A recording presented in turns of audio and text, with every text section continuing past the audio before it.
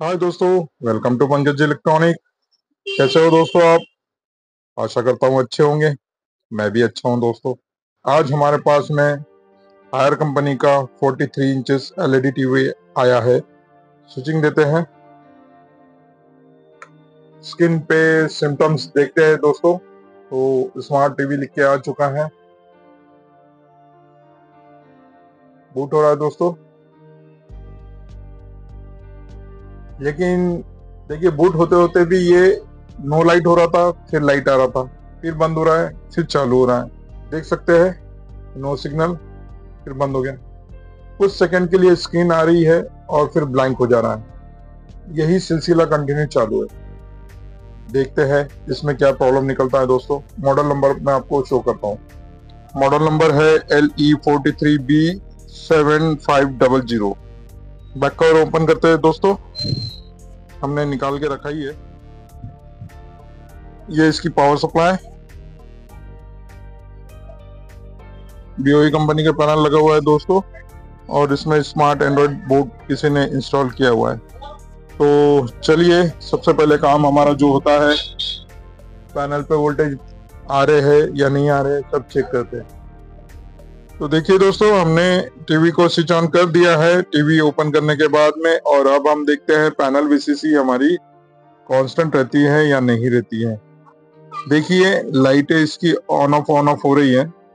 तो ऐसे कंडीशन में हमारी पहले सप्लाई को चेक कर लेते हैं हम, 12 वोल्ट कांस्टेंट है या नहीं।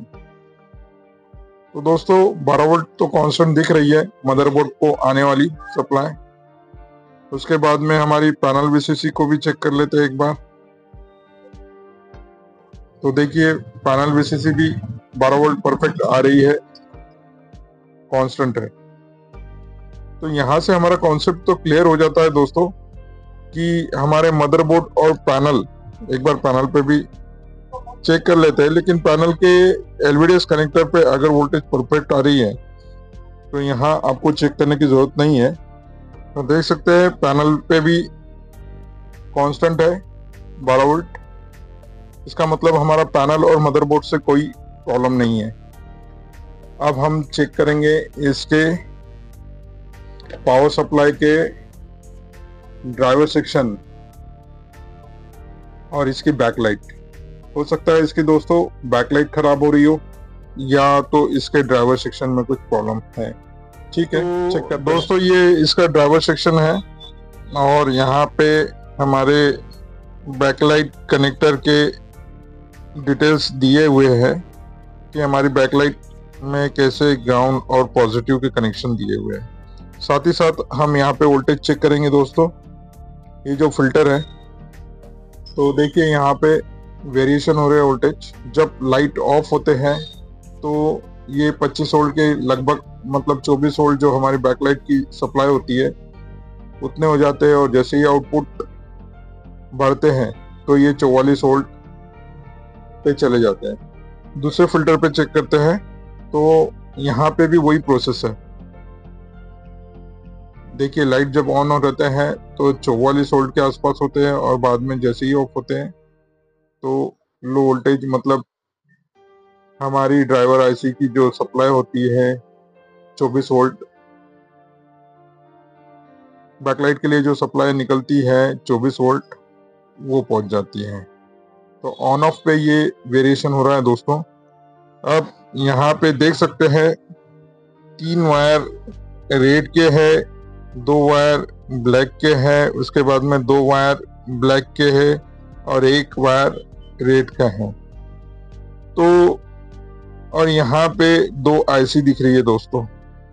ये ड्राइवर IC है, और ये दोनों 2 चैनल के लिए 2 IC शायद इसमें सर्किट में बनाया हुआ है।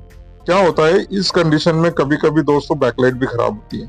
ये जो प्रॉब्लम दिख रहा है और वोल्टेज वेरिएशन हो रहे हैं, या तो हमको इसमें जितना लोड दिया हुआ है उतना लोड बाहर से देना होगा बैकलाइट का। लेकिन हम अंदाजे से कैसे दें? हमको तो पहले पता चलना चाहिए कि इसमें कितने लाइट लगे हुए हैं, बैकलाइट कितने लगे हुए हैं। ये बैकलाइट का लोड जब पता चलेगा, उसके हिसाब से ही हम एडिशनल लोड देके देख सकते हैं। लेकिन अब ये लोड देना है नहीं देना है ये बात का विषय है। अब हम इसको सबसे पहले पूरा टीवी खोलेंगे, इसकी बैकलाइट तक के हम पूरा टीवी को खोलेंगे दोस्तों, क्योंकि बैकलाइट को चेक करना बहुत जरूरी है। अभी इस सेक्शन को हम ना छेड़ते हुए, क्योंकि 2 चैनल की हमको ड्राइव आईसी देखने को मिल गई है और यहाँ पे गुच्छे में कनेक्शन दिए हुए हैं, तो पहले हम कंसेप्ट को क्लियर कर लेते हैं कि बैकलाइट के कनेक्शन किस टाइप से दिए हुए हैं। इसलिए हम पूरे टीवी को ओपन करेंगे।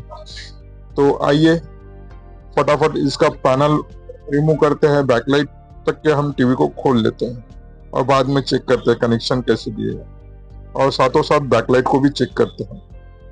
तो दोस्तों हमने टीवी को पूरा ओपन कर लिया है, पैनल निकाल कर अलग रख दिया है और निकालने के बाद में यहाँ पे देख सकते हैं आप, इसमें जो टोटल स्ट्रिप लगी हुई है वो 5 स्ट्रिप लगी हुई है और एक स्ट्रिप में 1 2 3 4 5 6 7 8 9 10 एलईडी लगी हुई है दोस्तों। एक स्ट्रिप में 10 मतलब 50 एलईडी टोटल हो चुकी है। 50 एलईडी को इस टीवी में लगाया हुआ है दोस्तों, और एक एलईडी 3 वोल्ट की होंगी, 3 into 50 यानी 150 वोल्ट 150। तो 150 वोल्ट को डिवाइड किया गया है दोस्तों 2 सर्किटों के हिसाब से। अब यहाँ पे वायरिंग देख रहे हैं हम, तो थोड़ी वायरिंग हमको देखने को मिल रही है।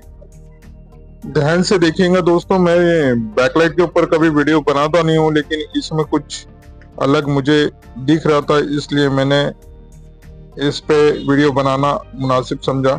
तो देखिए यहाँ से लेके ये एक कनेक्टर, ये दूसरा कनेक्टर और ये तीसरा कनेक्टर, ये तीनों को ट्विस्ट करके दोस्तों जो हमने सामने देखे हैं, यहाँ से 3 बैकलाइट को एक चैनल में दिया गया है और बाद में ये एक सेपरेट बनाया गया है और दूसरा ये सेपरेट बनाया गया है दोस्तों।